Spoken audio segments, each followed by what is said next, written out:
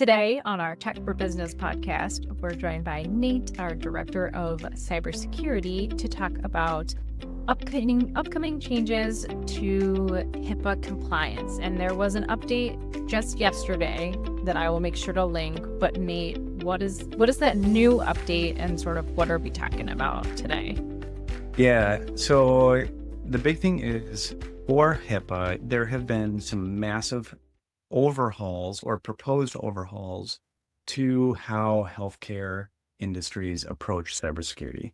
So I don't have the dates pulled up in front of me to, give the exacts, but if you go take a look at HIPAA, it was designed like 27 years ago, right? And the intent of that was to offer, and it's the P in HIPAA, the portability, right? It was designed to drive the flow of healthcare data between providers to ensure that, citizens were able to access their healthcare info and get quality care no matter where they went to, a clinic or everyone is able to quickly share that information with each other to ensure that you had better health or better quality care.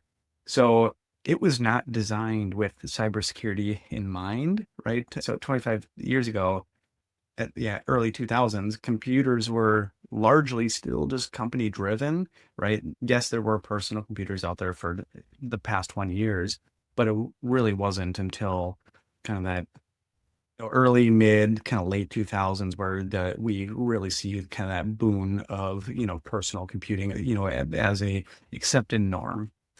After that, there was some high tech, amendments for basic, controls to put in place. But again, it did not have strong cybersecurity controls in place.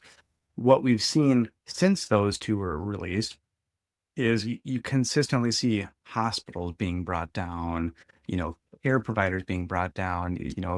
We can go pick on the big, healthcare giants, like Change Healthcare and everything like that, right? Is they had these big security incidents, and it was, basically millions and millions and millions of customer records and PHI. And so that's where, after the last few kind of giant healthcare, organizations got compromised, the government kind of stepped in and said, we actually have to do something about this, right? It is not getting any better at this point. And so legislation obviously takes some time. They put in the HIPAA kind of proposed security rule, and this was set to be kind of voted upon in May of this year. So then we kind of saw some delays along the way, but to Ariel's point is, as of just yesterday, at the time of this recording, is that has now been pushed 1 year. So these changes are quite material, and typically once it goes into a final rule, you have about 180 days to implement.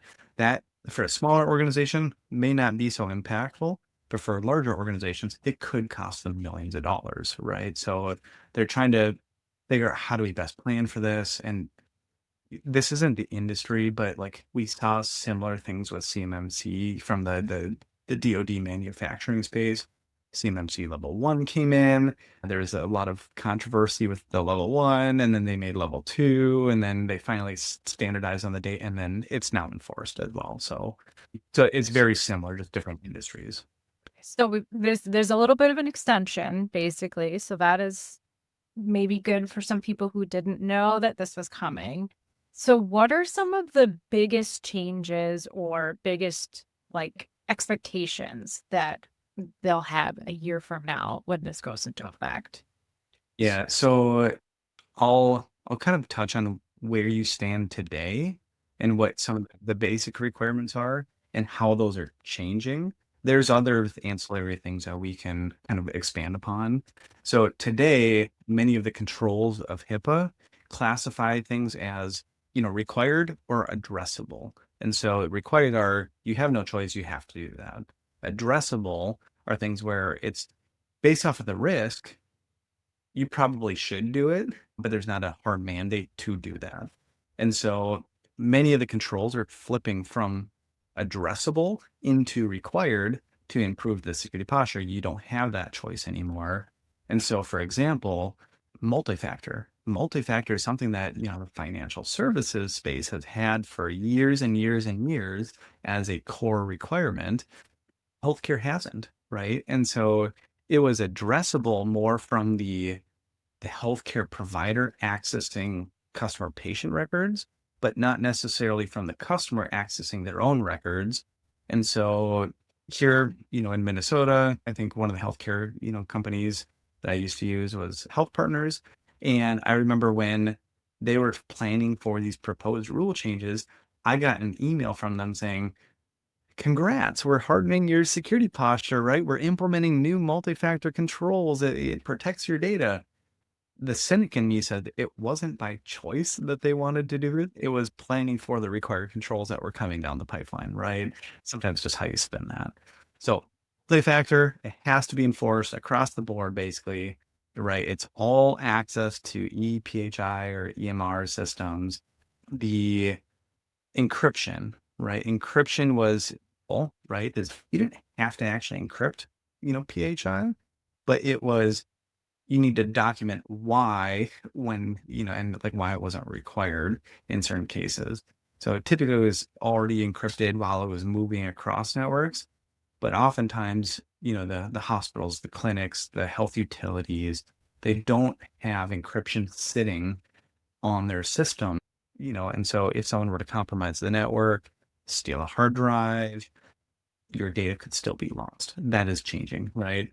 It has to be encrypted in transit and at rest. So, and they are very clear. There are no exceptions to that. You need to encrypt your data. The other one was updates to risk analysis.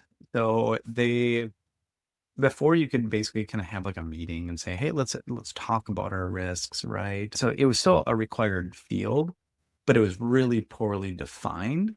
And so now they said there's no more poorly defined, no more poorly tracked, right? Is you need a formal, documented, written policy that shows what's the risk register of the organization, what's the mitigation plan, right?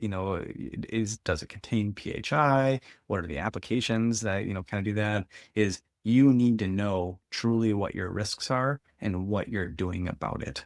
So, and then the other one is incident response. So incident response this is another one where it kind of fell into the just general procedures of your organization. Is if you have an incident, okay, great. Kind of roughly, what are we doing about it? Are we, do you have a call tree? Do you have a formal incident response plan? Is it part of IT? Is it part of governance? There wasn't really structure around that. And so now what's still being technically proposed is you have to have a formal written plan of how you will restore your services within 72 hours. So you get ransomware.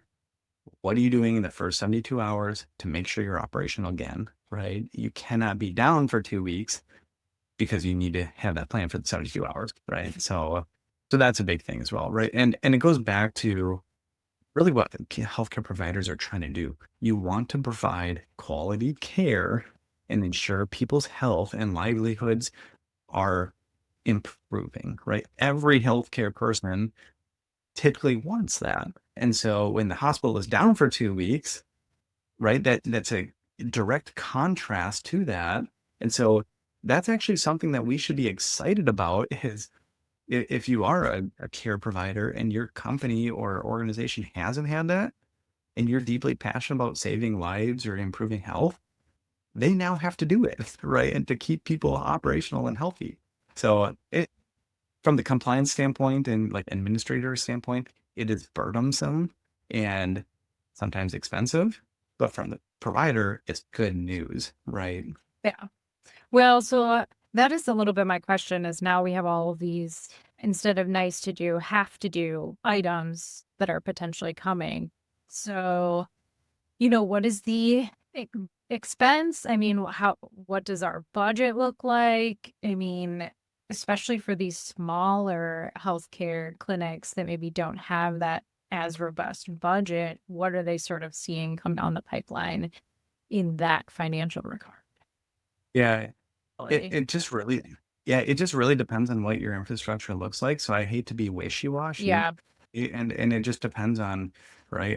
A chiropractic clinic is going to be very different from a health utility. You may have roughly the same number of employees, but the number of records that you're securing or like the technology behind that is wildly different. And so for multi-factor, right, maybe we just kind of throw out some like, I don't know, rough numbers, right? On the low end, it could be free. Like if you're using, applications like Microsoft, they include it for free. If you have to integrate with other third parties, I'll pick some of the higher end ones. It could be like $10 a user or $15 a user at the upper echelon, depending on how complex you are. For things like encryption, if you have the physical infrastructure, sometimes it's just a configuration change. Sometimes you may need other software in there that's, not generally too expensive. But oftentimes, if you're using cloud providers, making sure that the data is encrypted if you're going to be using the cloud. And oftentimes, then at that point, it's not an expense to you other than the subscriptions that you already have. Like the overall governance of the so things like the formal planning and procedural, that can be free, right? So it just depends on if you need an external consultant like CIT. Shameless plug, we can help you with this.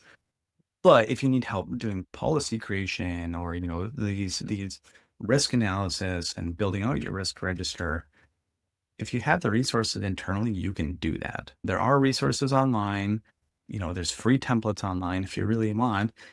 It's just, what is your time worth, right? So oftentimes in healthcare, time is money, right? So if you have to spend time all day, creating a risk analysis, it's going to cost you far more than just treating your patients along the way. So, and then things like penetration testing, vulnerability scanning, right? If you're not doing those already today, there is a cost associated with those, right? Is you can either buy solutions for this, and we can get into some of the more specifics of why, these are requirements. But then one of the other things was a not doing a self-assessments, but third-party assessments. So regardless, there will be some type of a cost associated to having someone come in and just kind of doing an analysis on your, it's not a full audit, right? It's an, assessment to say, where do you stand, to help get that third-party perspective of items that maybe people internally have kind of either just unconsidered or, maybe they know there's an issue and they just didn't want to bring it to light. It happens. So sometimes that's where those independent third parties come in to truly identify where risk lives and be neutral about it. Yeah. I don't want to take us too much on a tangent, but I am a little bit interested, especially in your experience, where you foresee a real kind of sticking point for people or a real hurdle. Like, I see this coming. This is going to be a problem for most people. Multi-factor. Yeah. Multi-factor has the perception of slowing people down and blocking them, right? So, I mean, this is why if you go to like any big hospital, right? Your doctor, when they come into the room, they're not accessing, like their phone to put in a multi-factor code. There are solutions that are truly designed for operational speed and efficiencies in healthcare. I'll name drop one provider. There's other ones out there, but probably the most common one you'll find in hospitals is Imprivata. So Imprivata, it's the door badge for the doctors. It's the login to the computer for the, doctors. So when they walk up, they just take their keychain, they set it on the reader, it logs them in. So that's kind of that form of multi-factor, right? They don't have a password to give up in order to access those critical systems. Again, there's other ways of implementing this, especially if you're a smaller organization. Again, maybe it is the detector. I do have my keys on me. So for those that are, watching this, there's things like UB keys, and UB keys are things that you can sometimes plug in, if it's on the web or on your computer. This one on me even has a kind of a biometric. You have to have my fingerprint in order to even, successfully access this.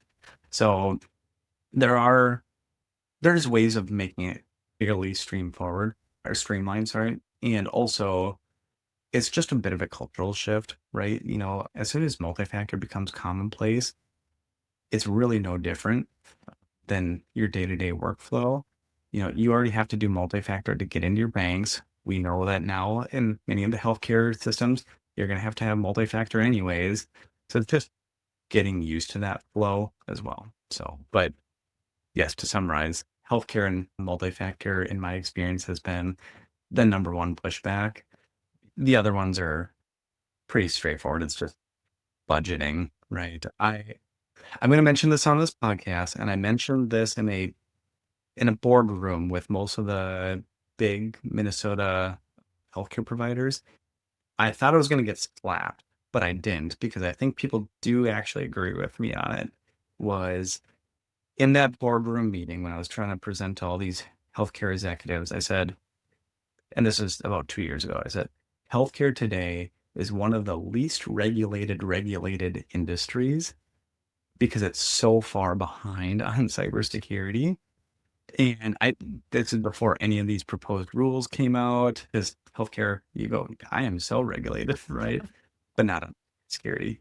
Financial services, manufacturing has had stuff in place, even before our healthcare companies. So I hear the concerns, but at the same time, it's time to catch up at the same time. Do you think these proposed rules are bringing them up to their, other industry standards, or do you think they're still going to be behind things like, manufacturing, finance, other heavy regulated industries? The behind financial services is by far probably the most robust, and it just depends on, which one you're talking about, right? Is if things like SOX and the SEC and for like trading, that's pretty heavily regulated. You have things like your banking, the FFIC, FDIC, NCOA, OCC for your banks and credit unions. Those are pretty well regulated. There has been just a couple minor deregulations recently that I'm not going to get into because this is a healthcare podcast. So there's been a couple changes there. And then the manufacturing, depending on where you are going to get your contracts from, some of those are way beyond what these are. At the bottom level contracts, so there's 3 tiers to manufacturing. At the bottom level, this is ahead of them, but it is behind that second tier, right? Got it. Okay. So this is really trying to address, in a way, what are the non-negotiables, right? Secure your accounts, protect the data, and then it adds on a couple of the other things like overall governance. Your executives need to be engaged in the process. It's not now just an IT function.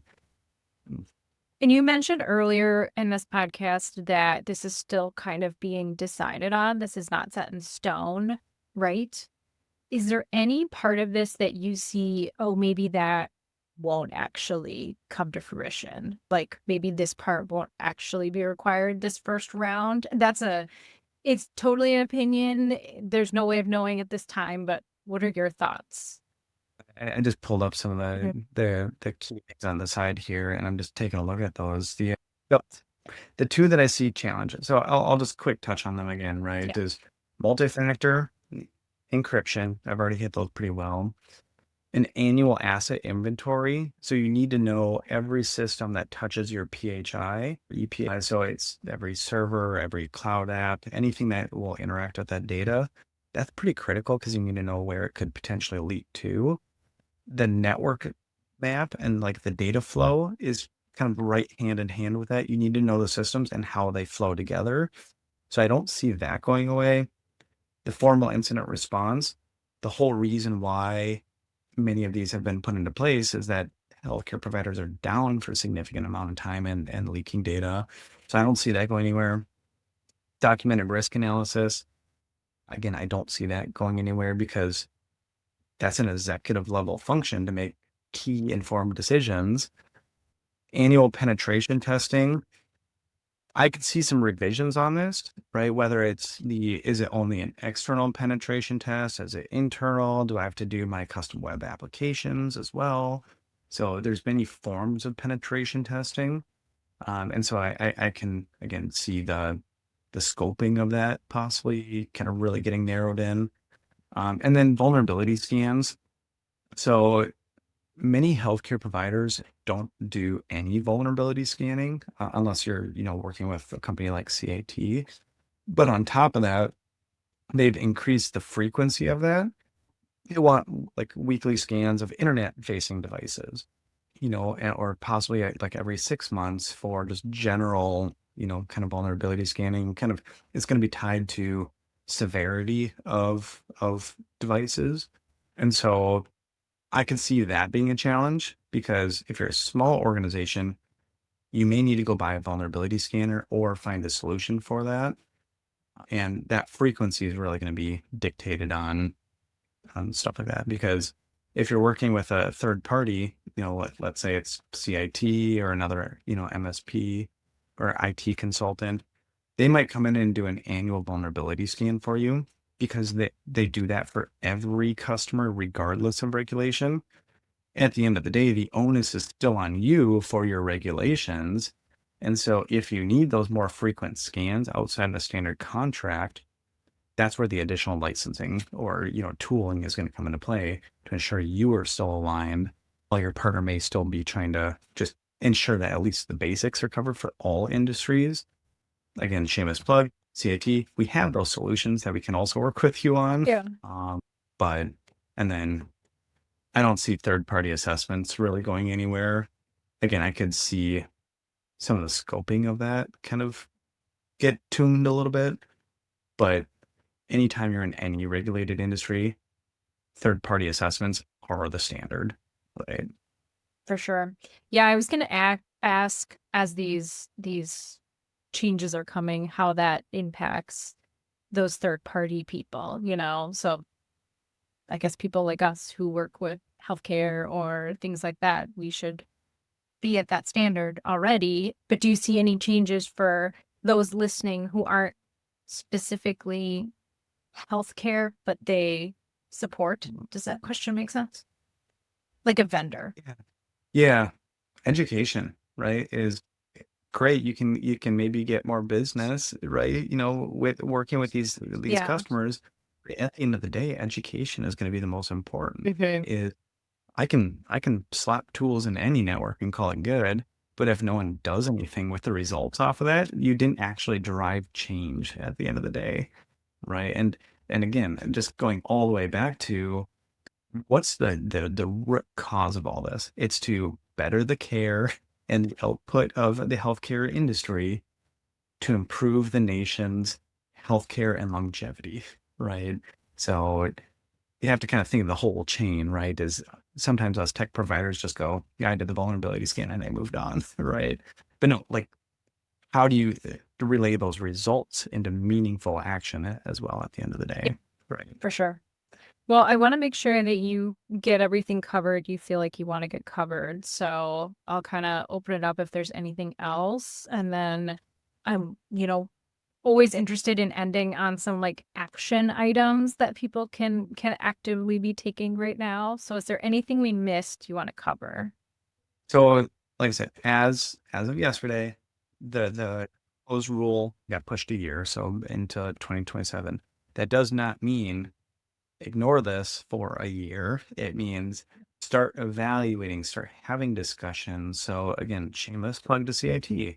If you don't know what this means, and we've already seen customers do this, reach out to us. We will help explain this in further detail. We'll help you find solutions. Maybe you already have the solutions and you just need to implement them, right? And so, but what we don't want you to do is if we know there's going to be expenses with this, let's talk to like either put these things into a budget cycle, because what we don't want to do is that, if we know that you're going to have 180 days to essentially implement after, it turns final rule, for you to scramble in the last 6 months. And we know that there will be those individuals, but you probably don't want to be one of them yourself. So if you made it this far into the podcast here, reach out. Let's start having budget discussions. At least plan for some of these things. And so when it does become final rule, you're not caught off guard. This is just expected items. And so that, and then I would say from the governance level, right, start having discussions. Maybe you're not tracking it, or maybe you just throw it into a Word document or an Excel file for now, and just say, on your technology governance committees or your board meetings or anything like that, have conversations. What are the actual risks to the organization? Is it cybersecurity? Is it, the business continuity? Is it, whatever it may be, right? Start having it, start documenting it, because you eventually are going to need to turn that into formal plans and action. For sure. So lay your foundation now is really what I'm trying to say. Yeah. Perfect. Well, that feels like a beautiful place to close off. We had a nice broad covering of this topic. Of course, if there's any questions, you can definitely reach out, and I'm sure we'll be talking more about this in the future. All right. Well, thanks so much, Nate, for joining us. Thank you for joining us today.